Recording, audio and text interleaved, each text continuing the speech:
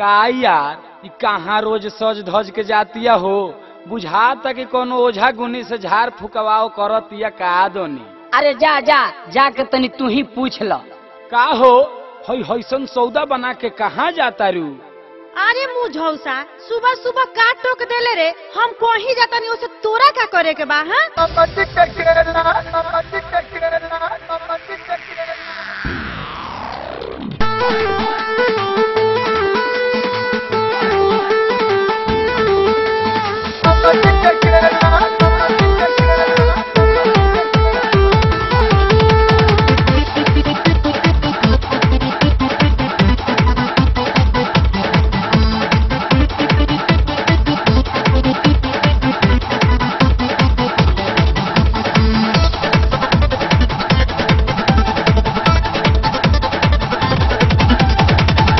न देले करे ले केला रोजई खातिया बाबा जी के केला।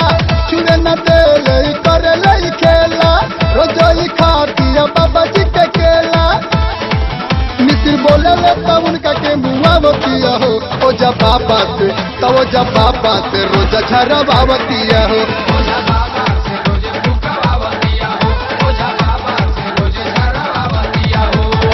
चुने न देले करे ले केला रोजई खातिया बाबा जी के केला। चुने न देले करे ले केला रोजई खातिया बाबा जी के केला।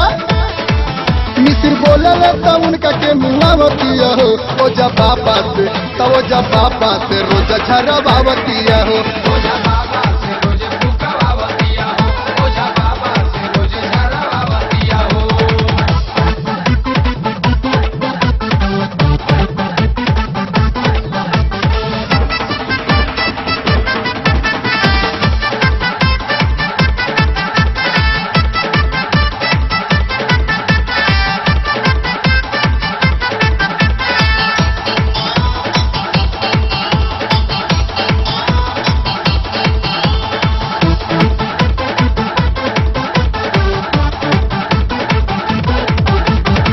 मेकअप सजा के जले डोरी देखा के रखले चोली में लवंग चुरा के।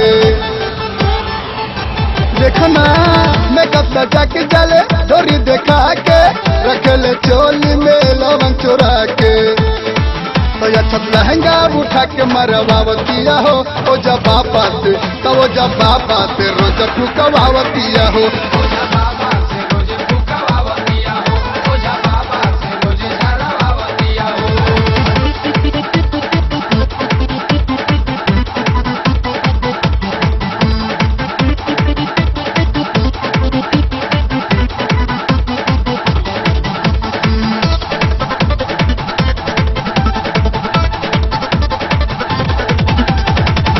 बोलावे इनके रोजुआ केला कबो बताता तकियावे कबो पेड़ा। बुझला रोजुआ बोलावे इनके रोजुआ केला कबो बताता तकियावे कबो पेड़ा। तलची दाना बेचा सके इयावतिया हो, ओ जब पापा से तब जब पापा से रोज फुकवावतिया हो।